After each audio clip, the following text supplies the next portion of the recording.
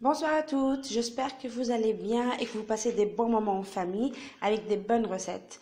Aujourd'hui, on va faire un gâteau que je vais présenter dans un moment. Mais tout d'abord, je tiens à vous remercier toutes les membres du groupe Échange de recettes, les saveurs de S, et de souhaiter aussi la bienvenue aux nouvelles recrues. J'espère que le groupe vous plaît ainsi que la recette. Et aussi, je vous remercie beaucoup pour vos commentaires, pour vos encouragements. Ça va droit au cœur. Merci beaucoup. Et mention spéciale pour Karima Amazir qui a essayé le pain et qui a adoré en fait. Donc, merci ma chérie. Je t'embrasse très fort. Je suis très ravie que mon pain t'a plu. Et j'espère que tu vas essayer d'autres recettes. Ceci dit, on va passer à la recette. Donc, on va essayer de faire un gâteau magique. C'est quoi un gâteau magique? On appelle un gâteau magique, c'est par rapport au moule. Donc, c'est le moule qui est magique. On l'appelle le moule magique. Et voilà, le moule. Voilà. Il va donner cette forme de gâteau. Donc, le gâteau sera comme ça, avec cette forme-là. Il coûte pas cher. Il est disponible dans tous les magasins spécialisés. Donc, moi, je vais choisir de faire un gâteau avec un glaçage rocher, ganache chocolat et caramel. Maintenant, vous avez le choix. Vous pouvez faire n'importe quelle déco, n'importe quelle crème. Vous pouvez utiliser la crème diplomate, la crème mousseline, la crème pâtissière, la crème chantilly. C'est à vous de voir. Donc, sans plus tarder, on va attaquer la génoise. Et je vais vous citer les ingrédients.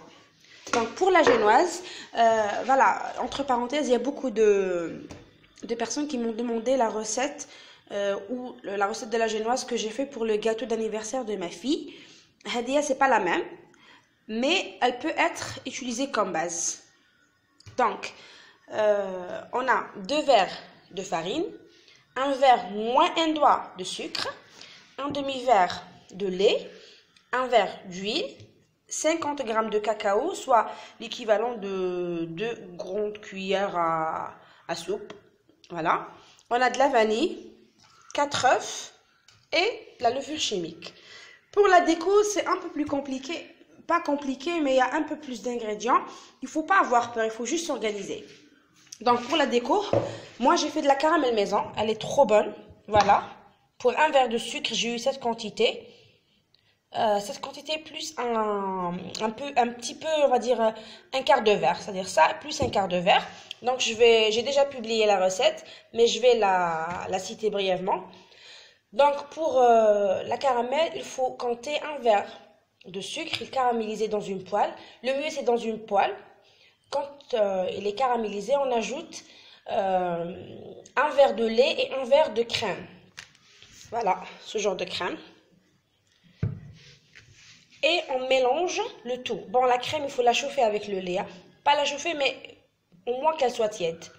Donc, on ajoute et on mélange jusqu'à ce que le sucre ou avec la caramel, elle fond dans le lait et la crème. Moi, j'aime bien quand ça a un goût de caramel beurre salé. Donc, faute de trouver le beurre salé, donc j'ai ajouté 1 demi-cuillère de sel au lait. Je l'ai bien touillé pour que ça fond. J'ai ajouté le lait hadek. Ensuite, on met sur un feu doux, bien sûr en touillant, en mélangeant pour que ça colle pas. Dès que vous voyez que la caramel d'elle comme commence à s'épaissir, eh ben, il faut l'enlever du feu et ajouter 1 noix de beurre ou de margarine et laisser refroidir. Et vous pouvez la conserver au frigo si elle est bien renfermée. Donc, vous pouvez la conserver jusqu'à 1 mois.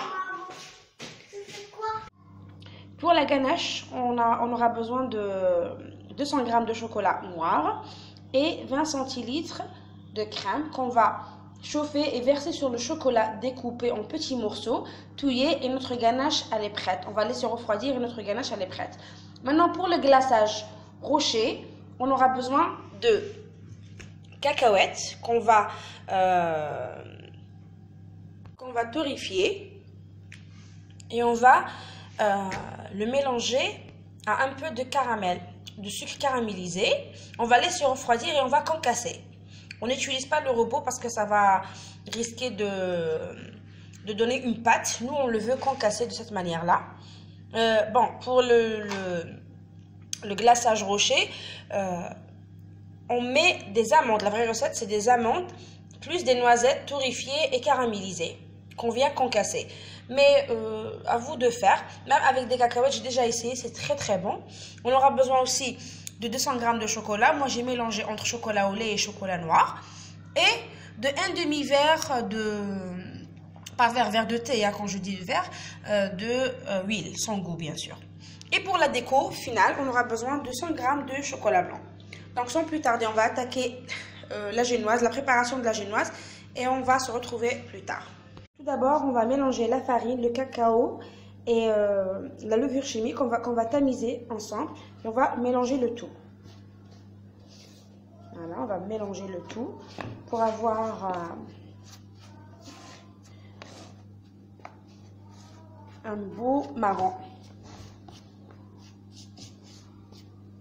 Il faut bien tamiser, hein, pour ne pas avoir des grumeaux quand on va verser cette poudre sur les œufs. Donc voilà, après avoir obtenu cette couleur, on va faire monter les œufs et le sucre et la vanille. Voilà, on va les monter à l'aide d'un batteur pour avoir une mousse bien blanchâtre et bien sûr le volume il va doubler. A tout de suite pour voir le résultat. On va rajouter le lait et battre encore pendant quelques minutes. Un demi-verre de lait. Et voilà, maintenant on va ajouter le mélange farine, cacao et levure chimique. Et on va l'ajouter en 2 fois et utiliser une maryse, à l'aide d'une maryse ou une cuillère en bois pour ne pas casser les œufs. Voilà. Chut. Voilà. Et moi. Tiens. Donc ça c'est la main de mon petit garçon qui adore faire les gâteaux avec maman. N'est-ce pas mon chéri? Oui. D'accord. Donc, on va touiller et mélanger jusqu'à ce que la farine disparaisse complètement dans notre appareil. Maman, délivré. Voilà à peu près la texture qu'elle doit avoir. Une pâte lisse, sans grumeaux. Attention, si tu vas faire tomber. D'accord. Voilà. Dès qu'on a cette texture-là, on la verse dans le moule, beurré et fariné. Et on va cuire à 180 degrés 25 minutes à 30 minutes. Bon, le four, il est déjà préchauffé. Hein, il faut le préchauffer le four. On se retrouve dans quelques secondes. Voilà notre gâteau, tout juste sorti du four. Il est très moelleux. On va le laisser refroidir et on va s'attaquer à notre glaçage rocher. J'ai fait fondre du chocolat au bain-marie à qui j'ai ajouté d'huile. Et voilà. C'est pas grave, on voit ici qu'il y a quelques grumeaux, mais c'est pas grave. Maintenant, on va ajouter de la cacahuète concassée, caramélisée et concassée. Voici notre glaçage rocher, après avoir ajouté les cacahuètes. On va attendre que notre gâteau refroidisse et le chocolat aussi. Et on va verser le tout sur les contours des gâteaux. Pas au milieu, mais le contour. Après avoir versé notre glaçage rocher, voilà le résultat, tout autour du gâteau. Voilà le résultat. On l'appelle glaçage rocher. C'est par rapport aux petites cacahuètes qui ressort. C'est super bon. Maintenant, ce fond, on va verser la caramel et on va le réserver au froid pendant 30 à 45 minutes. Et on va préparer à côté notre ganache au chocolat. On a versé notre caramel. Là, on va réserver au froid. Et on va se retrouver pour mettre la ganache et la déco finale.